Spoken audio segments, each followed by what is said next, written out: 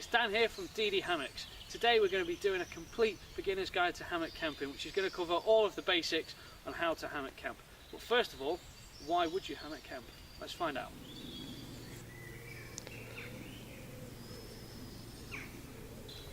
So why would you hammock camp? Now there are many reasons to hammock camp. First of all, it opens up the possibility of new camping grounds. They don't have to be level or dry. All you need are two places to sling your hammock between, usually a pair of trees, but you can improvise. Now hammock camping is also a very open experience, which does leave you more in touch with nature, and of course it's really comfy. A hammock doubles up as a chair as well as a bed. Now, which hammock to choose? So DD offer a range of hammocks suited for different activities and environments around the world. Starting off with hammocks like the camping hammock here and its younger brother, the scout hammock, which is a simple hammock really designed for people just looking to get into the world of hammocking and those that don't require a bug net. So up next we have the frontline and travel hammocks. Now these two hammocks have an integrated mosquito net, which means that you'll stay bug free all year round. They are identical, however the travel hammock, the one on the ground here, has a waterproof base which allows you to use it as a bivvy on wet ground. Next we have the Superlight Jungle hammock. Like the frontline and travel hammock, the Superlight Jungle has a mosquito net. However, because it's a modular system, you can fully remove the mosquito net for when you don't need it or when you're trying to save weight. Now it also has a fully removable waterproof base, so you can use it as a bivvy just like the travel hammock. However, you can take the base off and place it over the hammock itself to keep you dry in a jungle environment. Lastly, we have the Superlight modular system. It's a completely separate mosquito net and hammock, which can be purchased separately. However, when combined, it does create the lightest setup in the world. This is ideal for hammockers where space and weight is at a premium. And the mosquito net can also be used with any of the other hammocks in DD's line which don't have a mosquito net as standard. Next up, we need to discuss suspension options.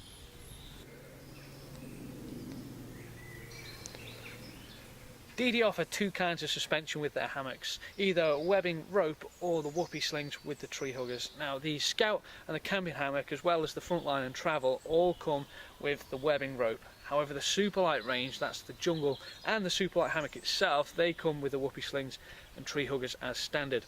So let's show you how these work. So with the webbing rope, what we do is we wrap either end around the tree and then we're going to secure it in place by tying a simple shoelace knot.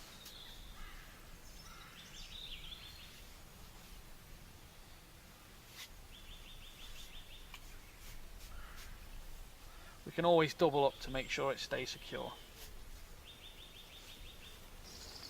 Now with the whoopee slings and tree huggers, the first thing we're going to do is wrap the tree huggers around the tree, and then we'll either use a soft shackle or a carabiner to attach to the large adjustable loop of the whoopee sling itself. Once we've done this, we then will either pull the tail through the whoopee sling to make it tighter, or we can pull it back through to the loop end to make it slacker. Run it down and it will stay tight. As you can see, webbing is a simple option, however the whoopee slings are a lighter and more adjustable option to consider. It's easy to see why many seasoned hammockers upgrade to them. You'll be pleased to know as well that any of DD's hammock line can be upgraded to whoopee slings at any time.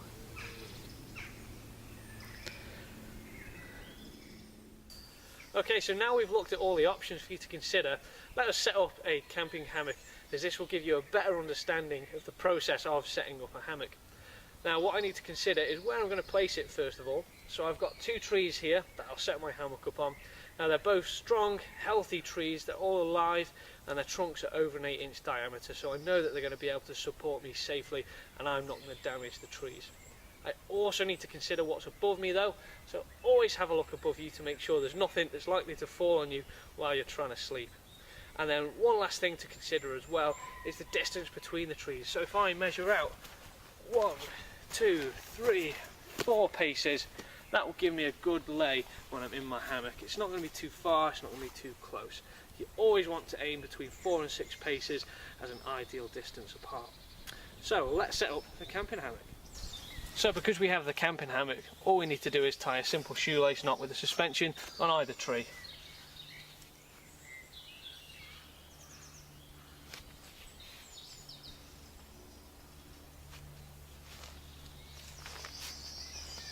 There we are.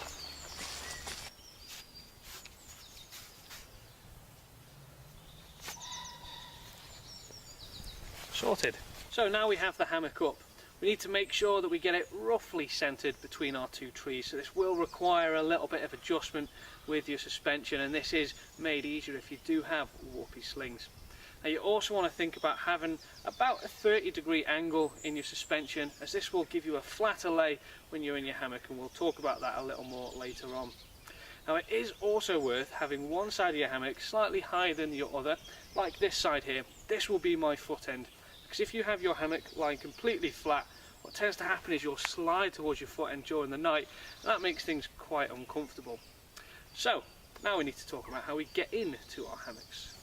So many people that are new to hammocking are often concerned that when they go to sit down in the hammock, they're simply going to roll out the other side, but this just isn't the case.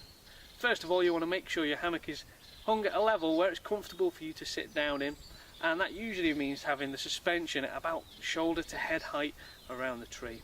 When we go to sit in the hammock, what we're going to do is grab the material at the front here and bunch it up and shove it underneath our knees. We use our other hand to spread the hammock back, and then we'll sit down roughly in the centre.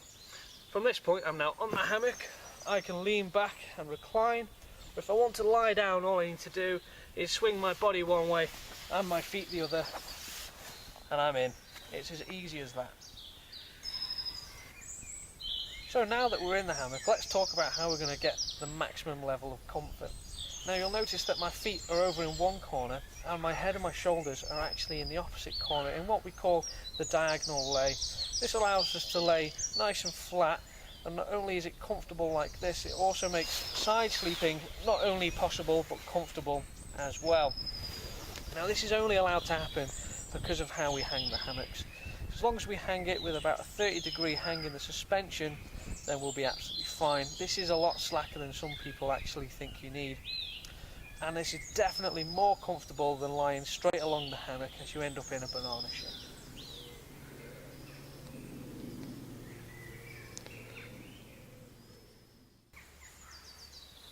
Next up, we need to talk about how we're going to stay dry while we're in our hammocks, and DD offers us a range of tarps to keep us covered.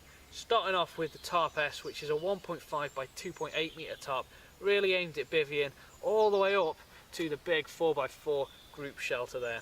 Now we are mainly interested in the three in the middle here for hammocking. We have the 3x3 tarp, which is the most popular choice because of its versatility. However, it's also worth considering the Tarp M, which is a 3.5 metre by 2.4 metre tarp, which gives us extra coverage over our suspension. The last one worth considering is this little one here. That's the super light tarp, which is 3 metres by 2.9 metres. As you can see, it's the smallest. It's also the lightest of the lot. It's a perfect accompaniment for the rest of the super light system.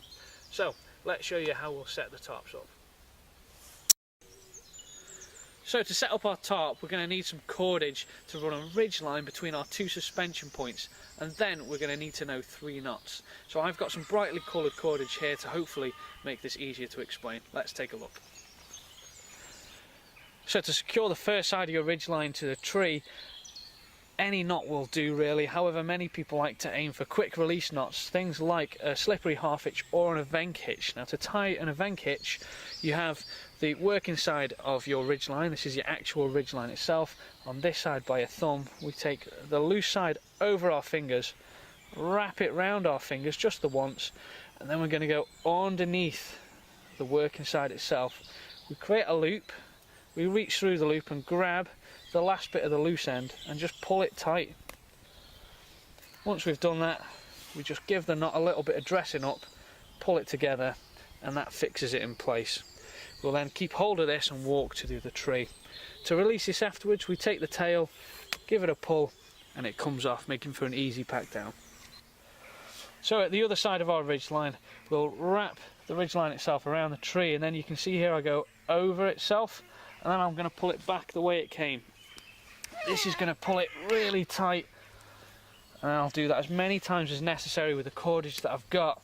And then to finish off, what I do is I take a little loop and a loose end of my cordage and I pass that around and back through itself, and then I pull it back tight. This creates what we call a slippery half hitch. That leaves us with a nice taut ridge line. And then again at the end, I've got a tail here which I can pull, and this releases the whole thing. Okay, so the last knot that we need to know how to tie is a prusik knot. We're going to tie 2 of these, one for either end of our tarp, to pull it really nice and tight across our ridgeline. Now they're a great knot. As you can see, when I pull on this bit which the tarp's going to be attached to, it locks itself in place by friction. However, if I grab the knot itself, I can easily slide it along. So let me show you how to tie these. What we will do is we'll take a piece of cord, we fold it in half, we create what we call a bite, and then we lay the bite over the ridgeline. We pass the 2 tail ends through the bite, and we're going to do that a couple of times. And then once we've done that, we just need to dress up our prusik knot a little bit to make sure that the tails are always going from the inside to the outside. And when we've done that, we've created our prusik knot. So we pull it nice and tight first, this neatens it up, and then, as you can see, it locks on itself, but I can still slide it along the cord. Okay, so the very last thing we need to do now is take our prusik knots and tie them with whatever knot you like to one of the attachment points along the edge of the tarp. Again, I'm just going to use like a half hitch here. Pull that through and then pull it tight. Dead easy. And then we slide these along and it pulls our tarp nice and taut. In questionable weather, it is always worth pitching your tarp first just to make sure your gear stays dry. And as you can see, I've pitched the ridge line actually slightly above head height because this just gives me plenty of space while I'm inside. If the weather does really close in though, of course you can lower this down. Now, a lot of questions are always asked about whether to pitch your ridge line underneath or above your hammock, and to be honest with you, it doesn't really matter. It's all down to personal preference.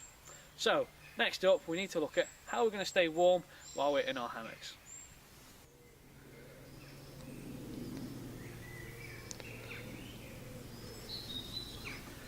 So as well as staying dry, you also need to make sure you're going to be warm in your hammock so you get a comfortable night's sleep. Now there's many routes to go down with staying warm in a hammock. You can use a sleeping bag, you can use a wool blanket, or you can even use a hammock quilt to keep you warm from above. But you do need to remember you also need insulation below you in a hammock. And again, there's a few things you can use here. A lot of people will use a foam roll mat or an inflatable mat. They'll simply sleep on top of it in the hammock, or many of DD's hammocks, all in fact except the Superlight, have 2 layers, so you can slot the mat in between the layers of the hammock and it will stay in position. However, many seasoned hammockers prefer the comfort of an underblanket as opposed to a mat, because this will conform to the shape of the hammock and it still will keep you warm from the cold underneath. So now we've covered the basics, you should be ready to head out there and explore the outdoors and find what works for you. For more information, please visit ddhammocks.com.